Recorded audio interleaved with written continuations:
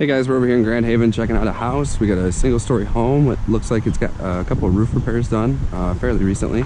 So the front half looks like it's a little bit older. The back half looks like it's a little bit newer. So we'll check. It looks like it's just a single layer on the front here. Don't see anything weird going on. Drip edge, subfascia, a little bit going on there with a little bit of a gap there. So something we want to talk about as far as maybe we're going to do some gutters. What's our long-term goal here?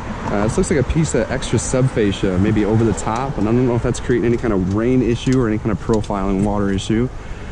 Across the rest of the roof line, pretty straightforward. Shingles are starting to break down. You can start to see the deterioration and everything. The valley's starting to get pretty exposed, which is something that we're going to want to make sure we keep an eye on.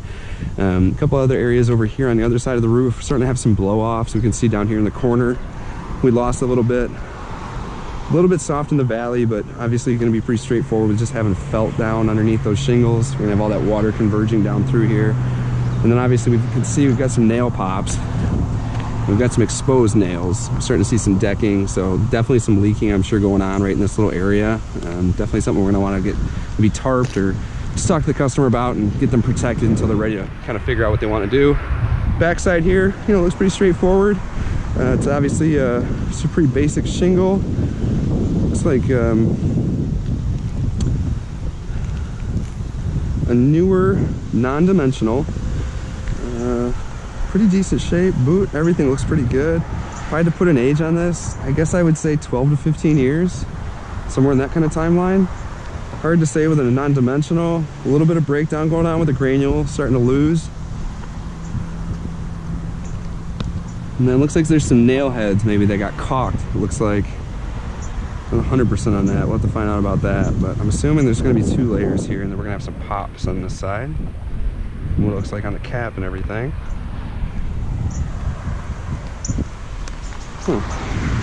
That T-drip. To talk to the customer about that one. I see an exposed nail head right there. I'm thinking maybe these were exposed and they went through and tried to touch them up a little bit.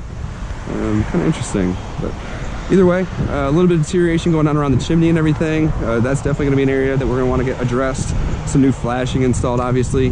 We can see around the capping and everywhere around the brick and everything just deteriorated, starting to breaking down. So we can see that there's step flashing installed there, but it's just old, starting to deteriorate, and then allow for some weep holes and some penetrations. Some of the masonry around the chimney is definitely deteriorated, so there's going to be water coming in there. And then obviously we can see around the capping and everything just needs to be readjusted a little bit with the rain guard. So that's something we want to touch until we talk to the homeowner, just to make sure that we don't create any kind of an issue with the venting or create an issue down below. But outside of that, we're definitely here to help out. So anything that we can do before installation, definitely gonna be something we'll look at. Otherwise, a lot of this we're seeing is just obviously normal curling, and then like I said, just a lot of deterioration. It's all pretty standard stuff. Obviously non-dimensional shingle. It's gonna get a good amount of sun, then all the watershed down through here.